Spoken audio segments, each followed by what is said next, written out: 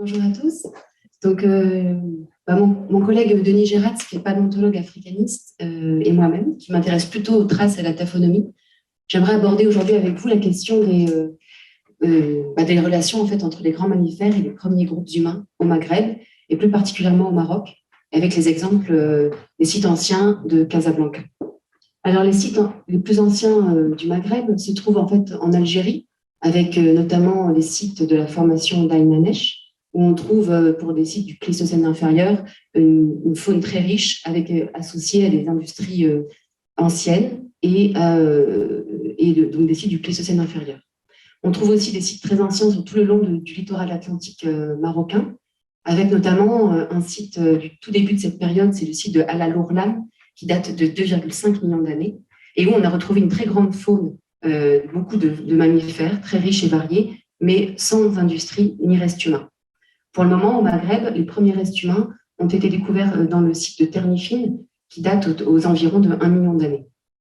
Alors, dans cette région de l'Afrique, à la différence par exemple de l'Afrique de l'Est, on a eu peu de datation radiométrique jusqu'à il y a peu de temps. En fait, elles se multiplient aujourd'hui, heureusement. Et la biostratigraphie et le paléomagnétisme ont été donc deux approches pour caler chronologiquement les occupations. À la différence aussi de l'Afrique de l'Est, on voit en fait que les sites en noir, ce sont les sites de plein air. Ils sont assez rares dans cette région également du continent africain, contrairement aux sites en rouge, sauf que vous avez les sites en grotte ici. Ce qu'on peut dire globalement sur les faunes du Maghreb, c'est qu'en fait, dans la toute première partie du Pléistocène, c'est à peu près les mêmes faunes qu'on retrouve en Afrique de l'Est. Ce qui montre qu'à plusieurs périodes, en tout cas, le Sahara ne consistait pas en fait en une barrière infranchissable aux migrations à la fois animales et humaines.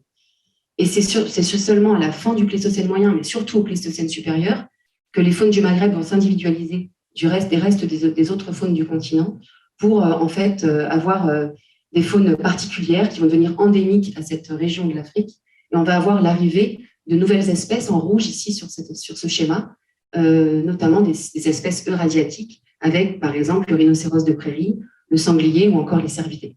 Alors maintenant, si on va dans la région de Casablanca, donc je vais vous présenter essentiellement des sites qui datent entre la fin du Pléistocène inférieur et le début du Pléistocène moyen. Ce sont des sites acheléens. Alors la ville de Casablanca et les résultats que je vais vous montrer aujourd'hui, en tout cas, sont le fruit en fait d'une longue coopération franco-marocaine qui date depuis 1978, avec de nombreuses équipes qui se sont succédées pour des fouilles programmées et des équipes internationales. Et en fait, on a des sites en fait, qui s'étalent entre environ 1 million d'années et 300 000 ans. Donc, on va commencer avec les sites les plus anciens. Mais alors, avant de vous présenter ces sites, je voudrais juste m'arrêter sur cette diapositive où en fait, on voit l'exception en fait, de cette région de l'Afrique, notamment de l'Afrique du Nord, où on a pour la ville de Casablanca en fait, une succession d'anciens cordons dunaires fossilisés qui se succèdent, et vous les voyez en fait ici, qui sont parallèles à la ligne de rivage, et qui vont en fait des cordons dunaires qui se sont conservés grâce aussi à une surrection du continent dans cette partie de l'Afrique, et qui en fait, on retrouve des cordons les plus récents tout près du rivage, jusqu'à des cordons très anciens, pliocènes, à une trentaine de kilomètres si on va dans l'intérieur des terres. Donc ces cordons dunaires, en fait, dans lesquels se sont ouverts les grottes dont on va parler, la majeure partie des grottes dont on va parler, ont permis également de bien caler en fait les occupations humaines au niveau de la chronologie. Donc ça a été aussi des travaux en fait de mes collègues David Lefebvre et Jean-Paul Rénal, et dans cette région, en tout cas dans cette région du Maroc. Donc les sites dont on va parler, en fait, ce sont des sites qui appartiennent pour la plupart à la première moitié du Pléistocène moyen, et en fait, ce sont les carrières Thomas notamment qui se situent ici. Alors la carrière Thomas, elle a livré 2 sites majeurs archéologiques. Le site le plus ancien qui s'appelle le niveau L, qui correspond à un site qui a été daté là tout récemment à 1,3 million d'années, notamment par le paléomagnétisme, et qui est en fait un site acheléen assez étalé, en fait plusieurs centaines de mètres carrés. On n'en voit ici qu'une petite partie. Et donc c'est un site acheléen de plein air qui est donc le plus ancien dans cette carrière Thomas. Et on a aussi le site de la grotte à hominidés, qui est en fait ce site que vous voyez ici, il faut que je termine ça, qui est un site, comme son nom l'indique, en grotte, qui lui est plus récent, Donc, ce sont des sites connus depuis les années 50. Et là, vous avez ici une photographie d'un reste humain qui donc provient de la grotte hominidée, qui a été découvert en 1969 par Philippe Berriro. Et mon collègue, d'ailleurs, Denis Gératz, tenait à dire ici que en fait, c'est Yves Coppens, à l'époque, qui l'avait mis en contact avec Philippe Berriro et qui avait soutenu ensuite tous ces travaux en fait, au Maroc. Ça avait commencé en 1979 pour Denis. Alors, cette unité L, donc ça correspond à un premier acheléen. En fait, on connaît assez peu de sites de cette période pour les premiers acheléens au Maghreb. Il y a aussi le site célèbre de Ternifine, qui, comme je vous le disais, a livré les premiers restes humains en fait, de cette région de l'Afrique. Et donc, c'est des sites assez similaires. Hein. Ce sont des sites en contexte marécageux, avec beaucoup de bifaces, beaucoup d'industries lithiques, associées à une faune avec des hippopotames, des crocodiles, et malheureusement, moi qui m'intéresse plutôt à la taphonomie, avec une préservation plutôt mauvaise des surfaces, beaucoup d'abrasions naturelles, comme vous pouvez le voir ici, sur cet ossement qui me présente beaucoup de traces, et malheureusement des traces que j'ai pas pu identifier comme des traces de boucherie. Ce qui avait été intéressant, c'est par exemple ce talus d'hippopotame. On avait pu voir ces deux impacts ici, qu'on a pu assimiler en fait à des impacts de crocodiles. Alors, maintenant, le site de la grotte hominidée, qui est donc un peu plus récent, qui a livré donc de nombreux restes humains. Dans ces sites dont je vous parle aujourd'hui, on n'a pas trouvé jusqu'à maintenant de traces en fait, de preuves de feu dans ces sites, dans les deux sites dont on va parler ensuite. Et donc, qui se rapporte plutôt autour de 500 000 ans, mais il y a des datations encore en cours. C'est un site qui a livré une industrie qui se rapporte à ce qu'on appelle le second acheléen régional, avec en fait un site où il y a assez peu d'industrie. Mais si on revient sur la photographie avant, en fait, c'est des sites qui ont été découverts en contexte de carrière.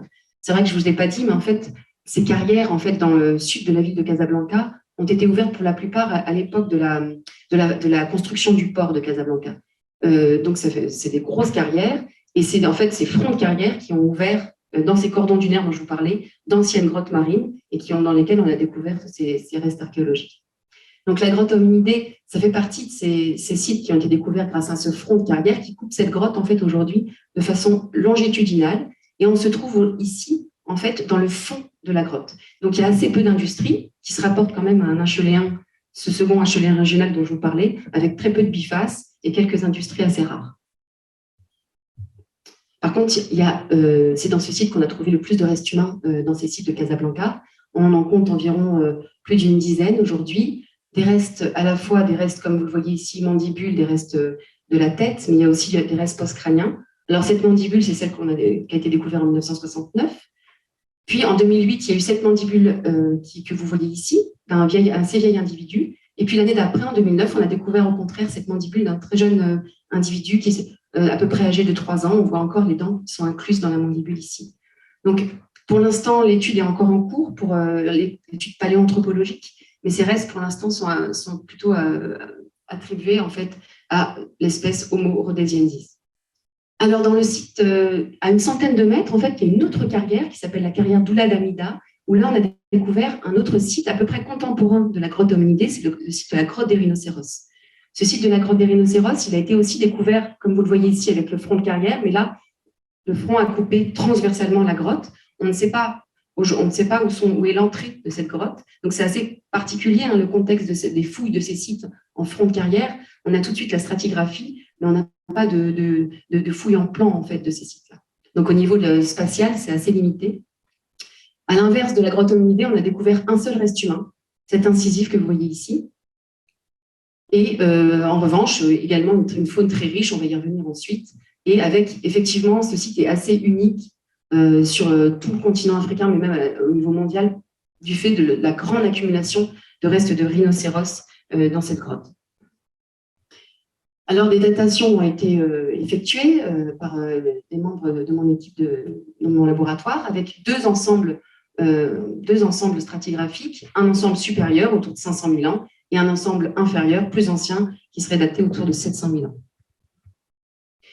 Il y a eu 2 campagnes de fouilles à la grotte des rhinocéros, une campagne de fouilles dans les années 90, dirigée par Jean-Paul Reynal, que vous voyez ici, avec ces restes de rhinocéros qu'on trouve en fait pour quelques-uns en connexion, mais pas que, avec des crânes, du post-crânien. Et cette campagne des années 2000, on trouve encore des crânes, on en a une quinzaine environ aujourd'hui de crânes de rhinocéros, et avec une association avec de l'industrie. Alors, à l'inverse de la grotte hominidée, à la grotte des rhinocéros, on a une très riche industrie HLN aussi, du second HLN régional, avec de nombreux bifaces, des hacherons, et qui sont faits pour la plupart de matières premières. C'est du quartzite local qui a été fait. Il y a également en fait un débitage de petits éclats en silex, essentiellement débitage discoïde. Donc, mais le plus grande partie du matériel, c'est du quartzite. Au niveau de la faune maintenant de ces deux gisements, là je vous ai mis l'exemple de la grotte des rhinocéros, mais en fait la liste que vous avez ici, c'est à peu près la même pour les deux sites qui sont subcontemporains. Et donc cette liste faunique permet effectivement une attribution ancienne à la première moitié du Pléistocène moyen, mais ce qu'elle nous dit aussi, cette faune surtout, c'est que c'est un environnement plutôt ouvert, avec des grands bovidés du type gazelle, antilope, et ce rhinocéros, qui en fait s'apparente au rhinocéros blanc que vous connaissez actuellement, qui est un rhinocéros paisseur, un rhinocéros qui est plutôt adapté à des environnements de graminées, donc des environnements plutôt ouverts. Alors maintenant, si on s'intéresse plus particulièrement à chacun de ces deux sites et à la faune de chacun de ces deux sites, donc on va aller tout d'abord dans la grotte à hominidés avec ce spectre faunique un peu plus précis, et on voit la grande importance des bovidés, comme beaucoup des sites d'Afrique du Pléistocène. Mais pour les carnivores, ce qui est intéressant pour la grotte à hominidés, c'est qu'en fait, il y a une grande importance de ce petit chacal, Lupulella, un petit chacal africain, qui en fait fait plus de 90% des restes de carnivores. Les carnivores eux-mêmes comptent plus de la moitié de l'assemblage. Donc, c'est très important. Dans l'ensemble, la destruction osseuse est assez limitée, mais elle est toutefois importante quand même. On a des traces de carnivores et plutôt une très grande fragmentation. Pour ce qui est des profils squelettiques, si on regarde les bovidés, qui sont donc les animaux les plus abondants, pour les petits bovidés, on a surtout des éléments de la tête et assez peu d'éléments du squelette axial post-crânien. Pour les bovidés qui sont un peu plus gros, on a une plus grande répartition homogène du squelette dans la grotte. Maintenant, pour ce qui est des profils de mortalité, ce qu'on peut voir, c'est qu'en fait, pour les bovidés toujours, taille petit et plus gros, on a à peu près toutes les classes d'âge qui sont représentées. Par contre, pour les autres espèces, comme les équidés, les bovinés, les grosses espèces, le rhinocéros, et les colpochérus, qui est un gros suidé, on a surtout des jeunes ou de vieux individus. Pour les carnivores, c'est un peu différent. On a beaucoup d'adultes, que ce soit pour les hyènes, on a les hyènes tachetées et les hyènes rayées, la panthère, mais pour ce petit chacal dont je vous parlais tout à l'heure, qui est majoritaire, on a surtout des individus adultes et assez âgés, et très peu de jeunes, ce qu'on peut peut-être mettre sur le compte du problème de préservation ou de préservation de ces petits individus. Donc là, vous avez en fait une photo d'une mandibule de ce petit chacal. Alors la taphonomie à la grotte hominidés, c'est beaucoup de restes quand même, heureusement, de surface lisible. 80% des ossements ont des surfaces bien lisibles. Une grande fragmentation qui est pour 40% due à une fracturation sur os frais, donc avec assez fraîche et peu de temps après en fait, le dépôt des animaux. On a une grande quantité d'éléments avec des traces de carnivores comme vous voyez ici. 20% environ, ce qui est assez important, ce qui souvent équivaut à peu près à des pourcentages qu'on retrouve dans les repères de carnivores. On a 5% de restes avec des traces de ce gros rongeur, qui est le porc-épic, qui a laissé beaucoup de traces dans ces grottes. Mais heureusement, ce sont des traces qu'on reconnaît assez bien au niveau de la taphonomie et qui nous permettent de bien identifier en fait, ce modificateur, mais qui a tendance quand même à cacher beaucoup de surface et à nous empêcher de bien les lire. Donc là, vous avez aussi des traces de carnivores sur un élément de diaphyse.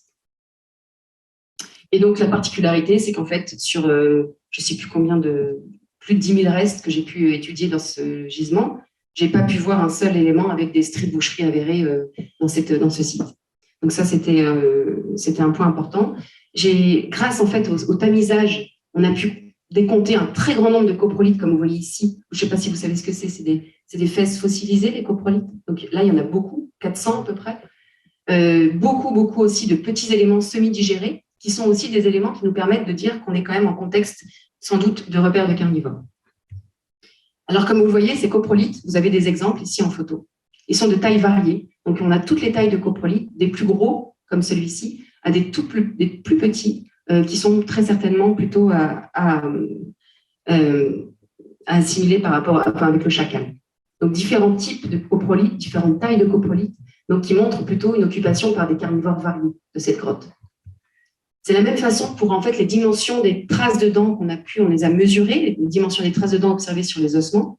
Et là, on voit aussi très peu de dimensions de très grande taille qui pourraient s'apparenter à des gros carnivores, mais surtout des traces qui ont des dimensions de petite taille qui s'apparentent plutôt à une taille, grâce à des expérimentations, on sait que ça s'apparente plutôt au petit chacal. Et on a bien sûr toute cette partie-là qui est plutôt indéterminée, qui est difficilement en fait attribuable l'un ou l'autre des carnivores. Donc, pour conclure sur la taphonomie de cette grotte à hominidés, en fait, la grande quantité de restes de chacal dans le spectre phonique, et malgré aussi le fait qu'on a assez peu pour le moment de données, en fait, ce qu'on appelle néotaphonomiques, donc de données expérimentales sur les canidés, notamment les canidés africains.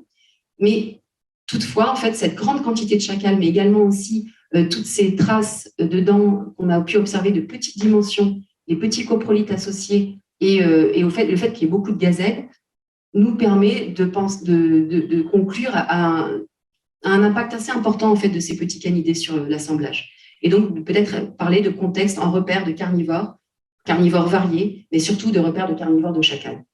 Donc ça c'est notre hypothèse actuelle sur le site de la grotte hominidés. Il n'y a pas seulement les restes animaux qui m'ont montré des traces de carnivores, mais il y a également les restes humains. Et effectivement, mon collègue Denis Geratz, quand il avait revu certains éléments, est tombé sur cette diaphyse. Et ça arrive parfois, des morceaux de diaphyse qui passent, comme on dirait, à l'as. Et en fait, en réétudiant cet assemblage, il est retombé sur cet élément et il a identifié en fait un reste humain. Donc, c'est un fémur en fait de cet Homo rhodesiensis. Et il a pu observer des traces qu'il m'a montré ensuite. Et ces traces, en fait, toute l'étude, les dimensions, la morphologie, la phase aussi de destruction de cet os, puisqu'en fait, l'animal a dévoré les deux portions articulaires, nous ont permis, en fait, on voit la taille de ces traces de dents sur ce fémur, qui sont plus grosses que les autres des mêmes sites, nous permettent plutôt de penser qu'il s'agit là d'une consommation par un gros carnivore, probablement une hyène, puisque comme je vous le disais, il y a deux types d'hyènes, l'hyène rayée et l'hyène tachetée. Et par contre, c'est très difficile de savoir qu'est-ce qui lui est arrivé à cet homme. Est-ce que c'est un homme qui a été chassé et abattu par une hyène, ou est-ce qu'il a été récupéré tout simplement sur un individu déjà mort? Par contre, ce qu'on peut dire, c'est que cet os-là, il a été consommé par l'hyène quand l'os devait, un peu de temps après la mort, puisqu'il restait très certainement de la moelle, et de quoi en fait s'exciter un peu sur cet os. Donc voilà. Pour ce scénario, c'est pour ça que je vous ai mis cette image, mais c'est une image bien sûr qui a été très suggestive, que les journalistes avaient bien apprécié, mais on ne sait absolument pas en fait vraiment ce scénario-là, hein, c'est juste une suggestion. Mais ce qu'on peut dire surtout, c'est que ces restes humains, en fait, ils ont été découverts dans le même contexte que la faune, et que sans doute une partie de ces restes humains font partie au même titre que d'autres herbivores consommés par des carnivores dans un repère. Maintenant, on va passer donc dans la grotte des rhinocéros, donc cette autre grotte, avec un spectre phonique qui est, la liste est la même, mais c'est la répartition des animaux qui n'est pas la même, avec cette abondance du rhinocéros. On retrouve les mêmes bovidés, les mêmes carnivores, le petit chacal et les deux types d'hyènes et de la panthère. Le porc-épic est toujours là aussi, mais par contre, les proportions de carnivores sont beaucoup moins importantes. Tout à l'heure, on avait plus de la moitié, là, on a plus de 19% dans le niveau supérieur. Pour les profils squelettiques, ils sont un peu différents aussi, puisqu'en fait, là, pour les deux tailles de bovidés, on a à peu près les mêmes profils. C'est-à-dire, on a une majorité d'éléments de la tête, des membres, et puis assez peu, en fait, de l'axial post-crânien, et aussi des éléments des extrémités des membres. Pour le rhinocéros, vous voyez que les éléments de la tête, donc les crânes, c'est vrai qu'ils sont assez nombreux, mais on n'a pas seulement quand même, on a aussi du post-crânien, avec quelques éléments des membres, et encore une fois, peu d'axial et peu d'éléments des extrémités. Pour les profils d'âge, comme dans la grotte hominidés, pour les bovidés, en fait, on a à peu près toutes les classes d'âge. Et puis pour les autres gros animaux, le rhinocéros, le chameau, le cheval, on a surtout des jeunes et des vieux individus qui font plus penser en fait soit à une prédation des individus les plus vulnérables, soit à des récupérations de charognage.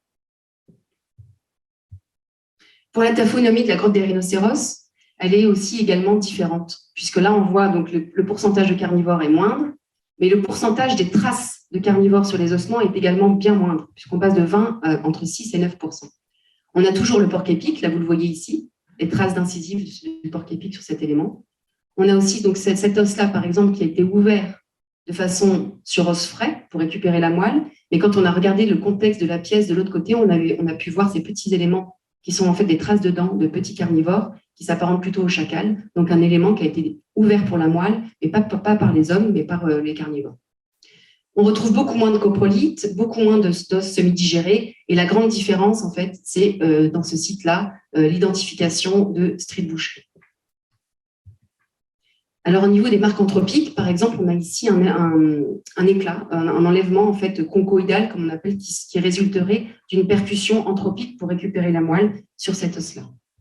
Là, je vais vous montrer plusieurs traces.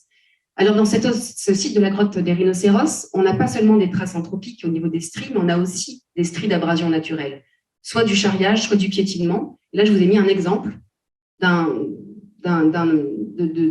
réseau en fait de stries aléatoires superficielles qui sont là en fait, qui sont pas des stries qu'on peut identifier pour des stries de boucherie, mais qui sont des stries qui sont assez nombreuses et qui ont été très embêtantes dans l'identification des réelles stries anthropiques. Et là, vous avez un exemple d'une strie de boucherie. Et en fait, on en compte des restes striés pour le moment 37. Ces stries ont été observées seulement sur les bovidés et sur les équidés. Je vais vous montrer quelques exemples. On a par exemple cette côte d'Alcélafiné avec en fait une dizaine de stries, je ne sais pas si vous les voyez ici, qui sont parallèles, courtes, et dont on a fait également des photographies pour voir un petit peu la section, qui est une section en V aussi, bien nette, et la localisation également. Et puis on a ces stries sur ce radius en fait d'équidés, qui est un radius de zèbre, avec également aussi là plusieurs dizaines de stries parallèles qui se suivaient sur cet élément. Ici, vous avez un métacarpien d'Alcélafini, de gnou, en fait, avec ces grandes stries, de même assez parallèles et assez nettes. Et on voit ici, en fait, la photographie grossie d'une de ces stries. Et on voit là, en fait, une fissure posée-positionnelle où on voit le décalage, dû à cette fissure, en fait, de décalage de la strie, donc l'antériorité de cette strie sur cette fissure posée-positionnelle, en tout cas, sur cet élément-là. Donc, le scénario à la grotte des rhinocéros, il est un petit peu différent. Là, je vous ai mis cette image, mais en fait, c'est encore une fois illustratif parce que, en fait, pour le moment, la grosse question qui reste dans ce gisement, c'est la relation entre les rhinocéros et les groupes humains. Pour l'instant, en fait, les stries, comme je vous le disais, moi, j'en ai vu que sur les petites bêtes, donc les bovidés, et, enfin, les petites bêtes, c'est quand même des grosses bêtes puisque c'est les zèbres aussi. Mais pour l'instant, j'ai pas eu de témoignages, en fait, d'une exploitation des rhinocéros. Après, il faut savoir que c'est des gros animaux, mais bon, on a vu tout à l'heure avec le site des Philippines qu'on peut voir des stries sur du rhinocéros. Là, ça n'a pas été le cas. Donc, pour l'instant, il reste en fait une grande interrogation sur l'accumulation de ces rhinocéros en grotte, ce qui reste quand même un cas assez exceptionnel pour des sites archéologiques. Donc, le scénario, il est un peu différent de la grotte hominidée, parce que tout simplement, il y a très peu de restes humains. L'impact des carnivores est bien moins important. C'est ce qu'on appelle un site d'accumulation mixte, avec un site d'accumulation carnivore, mais aussi également un site où les humains en fait, ont rapporté des éléments animaux, les ont traités sur place, les ont exploités et les ont consommés. Donc, c'est une accumulation mixte, alors que vraiment, dans la grotte hominidée, on se retrouvait vraiment dans le cas d'un repère de carnivores.